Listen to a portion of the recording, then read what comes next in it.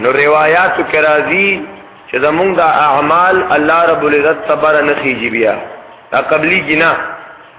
دا یو د خوشاله مقدا هغه خپل خفقانونه هغه بغضونه حسدونه هغه لرکول پکاري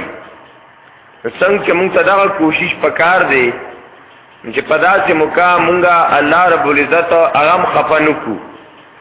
بیا په دې معاشره کې ډېر داسې خلک شتا کونډې رنډې شتا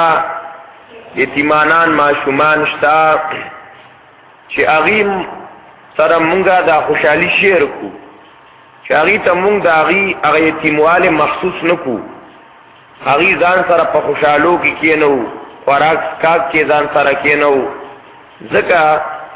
دا مونږه تاسو احساس نکېږي او هغه یتیم معصومه چې هغه بار روزي د کورا او نور معصومان ورته لګیای چې مونږ ته خپلار دادا سيزونه واغسته دادا جامېرا لواغسته دادا کلونېرا لواغسته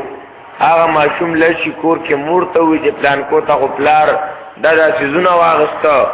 هغه مور ځان ته راجوخ کی وای بچي با دا اختر کال په کال راځي بل کال تبر تواله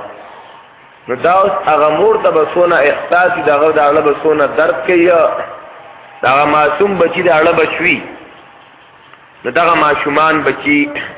دغه یتیمانان دا په خپل خوشحالو کې ځان سره یو ځای کول پکار دي بیا بعض فقهاو دا اختر د ورځې د پاره آداب ذکر کړی دي د شریعت موافقه هغه خپل زیب و زینت کول